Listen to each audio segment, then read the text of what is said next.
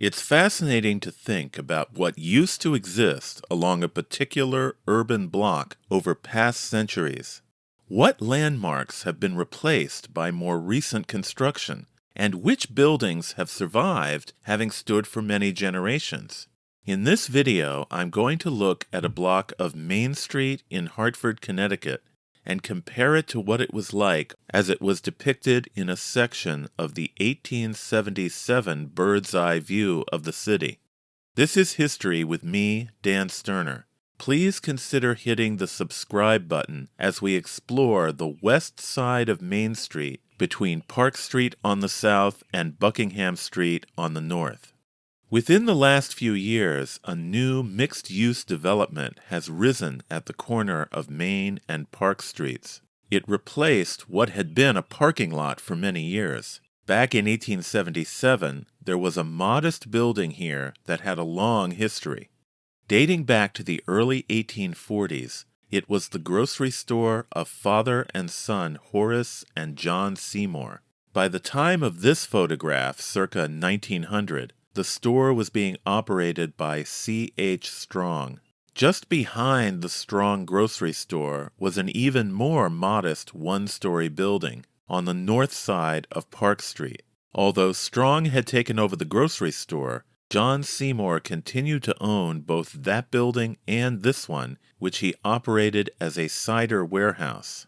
After local fire companies put out a blaze on the building's roof in July of 1904, Seymour's wife presented the firemen with an antique leather fire bucket, which likely resembled these other examples from the time period. Seymour's fire bucket was one of a dozen that his father Horace, who died in 1876, had made about the start of the 19th century. Used as part of bucket brigades to put out fires, it had Horace Seymour's name on it and the number 1 to indicate which city fire district he was in. By 1904, the century-old bucket was being used to hold apples for the cider mill, and half of its bottom was detached. But the fire department's Veterans Association decided to keep it as it was without making any repairs. I don't know what became of it after 1904. Returning to the earlier picture of C.H. Strong's grocery store, there's a box along the street in front of the store that has the words, "The Standard Scale, Pittsburgh, PA," printed on it. This was a scale for measuring coal or grain that was manufactured by the Standard Scale and Supply Company of Pittsburgh. The original scale on the site had been installed in the late 1860s by the Seymours, and later Mr. Strong took it over, collecting fees from the public. By 1907, it had fallen into disrepair, but the following year, the city installed an entirely new scale, and the Hartford Current newspaper noted that Strong would collect 15 cents for each load weighed. By 1920, Strong had moved his store a little further south on Main Street, but when he passed away in 1934, his current obituary's headline remembered him as, quote, "long custodian of the scales," unquote. By the early 1930s, the former grocery store at the corner of Main and Park had been much altered, and over the years it housed a number of different businesses. One of these, shown in this photo, was the jewelry store of Omar E. Walder, who was arrested in September 1931 on a charge of receiving stolen goods for buying some items of jewelry from a man who was later arrested in connection with the burglary of a Bridgeport millionaire's home. To the rear of the former grocery store building, the old Seymour cider warehouse had been replaced in 1915 by an automobile service station. All of the buildings that stood back then at the northwest corner of Main and Park are long gone, but after years as a parking lot, we can be happy that there are now new buildings that bring renewed life to this particular corner that was so well known to generations now past for its grocery store and public scale. In the 1860s, the block north of the Strong grocery store, up to the South Congregational Church, was lined with old houses. By the time of the 1877 bird's eye view, 2 new structures had been erected. One was the Engine Company No. 1 fire station, built in about 1864.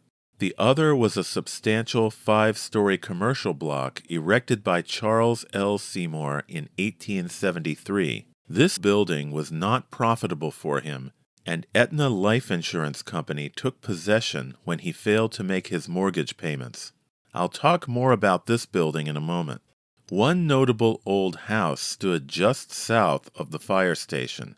A gambrel-roofed residence, it was built in about 1803 by Jonathan Chapman, who eventually acquired full title to the land from the South Congregational Church. In 1806, he conveyed the north 13 feet of the property to his son William, who moved in with his wife. The two Chapmans shared the house, which remained in the family until about 1857. After that, it was bought by Horace Seymour, who I mentioned in connection to the grocery store and the fire bucket. Seymour acquired a lot of property in the vicinity, and he and later his estate rented out rooms in the old house to a variety of residential and commercial tenants. The property changed hands 3 times between 1910 and 1917 when it was finally torn down. By then it was occupied by a junk and antiques dealer, and its front had served as a billboard for signs advertising shows at theaters like the Grand and the Poli. By 1922, the building had been replaced by another 4-story structure that still stands just south of the fire station. Around the same time, other old houses were replaced by a similar building a few doors to the south. There was once another building in between them, but by mid-century it had disappeared. In 1984, the 2 surviving buildings were joined into a single structure with new infill construction between them to link the 2 together. The entire property is now owned by the Hispanic Health Council. If you are enjoying this video so far, please remember to subscribe to the channel. Moving to the firehouse, the old building stood until it was replaced in 1927 by the current South Green Station, home of Engine Company No. 1 and Ladder Company No. 6. The station was designed in the collegiate Gothic style by the architectural firm of Ebbets and Frid. Back in 1877, there were 5 buildings between the fire station and the 1873 block that I mentioned earlier. Like the old Chapman House property, all the land along this section of Main Street once belonged to South Church. In 1774, the Church Society commissioned Barnabas Hinsdale to survey the various lots on its property. Hinsdale created a map with sketches of the buildings that existed here at that time. The most substantial of these buildings was a large house with 4 chimneys, one in each corner. Known as the Parsonage House, it was the home of William Patton, who was South Church's pastor from 1767 until 1773. By 1877, all of the buildings from the 1774 map were long gone.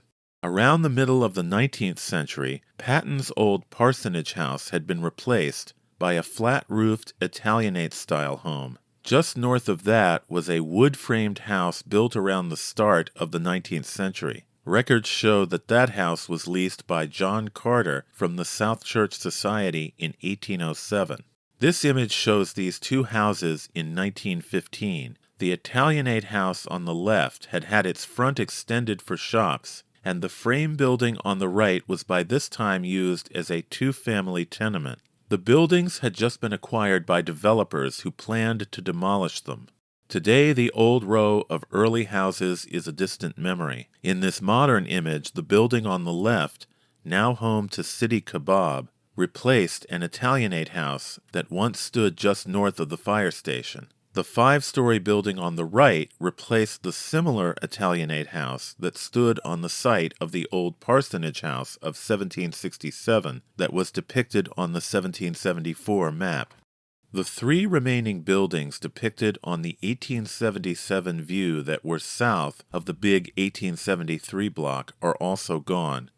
The area as it is today is shown in this photograph. The 5-story early 20th century building on the left, like the Hispanic Health Council building, was significantly rebuilt and altered in the mid-1980s. The five-story building on the right, however, still appears much as it did when it was built in 1915. This brings us to the 1873 block, which had a long frontage along Main Street. As I mentioned, it was erected by Charles L. Seymour, but was eventually known as the Buckingham block. Squeezed in between the Buckingham block and South Congregational Church, there was one final older house.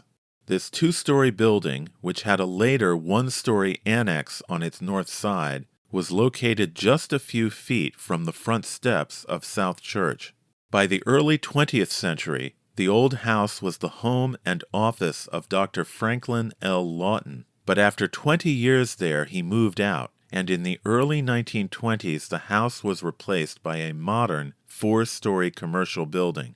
In 1948, Nateson's cigar store moved into the building. Nateson's had previously been located in the Buckingham block next door. It was started as Nate's Cigar Store, opened in 1918 by Nathan Berman. After his death in 1944, the business was continued by his three sons, Bennett, Stanley, and Howard, all World War II veterans, under the name Nateson's. As shown in this advertisement, the store did stay open until 11 p.m., until 1966 when it started closing at 10. This photograph from 1958 shows the South Congregational Church on the right. Next to it is the four-story building that housed Nateson's, and next to that is the 1873 Buckingham block, in the process of being demolished by Manafort Brothers of New Britain. The Buckingham block, built on land once owned by the church, was acquired by the church again in 1958, so that the congregation could remove it and erect a substantial new wing designed by New Haven architect Henry S. Kelly. The wing houses a chapel, fellowship hall, classrooms, and additional facilities.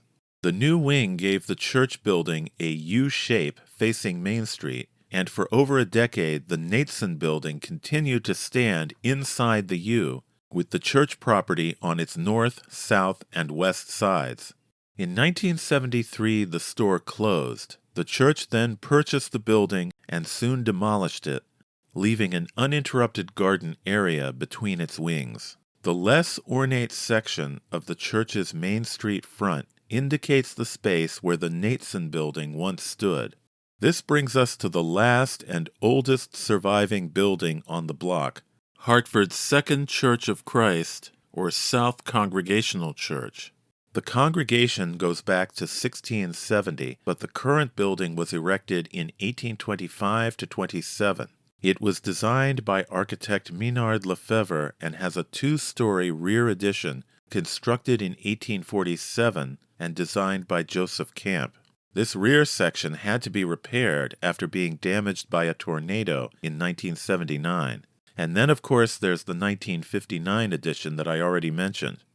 If you want to learn more about the houses that stood on this block back in the 1770s, and also find out where the church's earlier meeting house stood back then, which was actually in the middle of the road on Buckingham Street, you can check out my video about the 1774 map.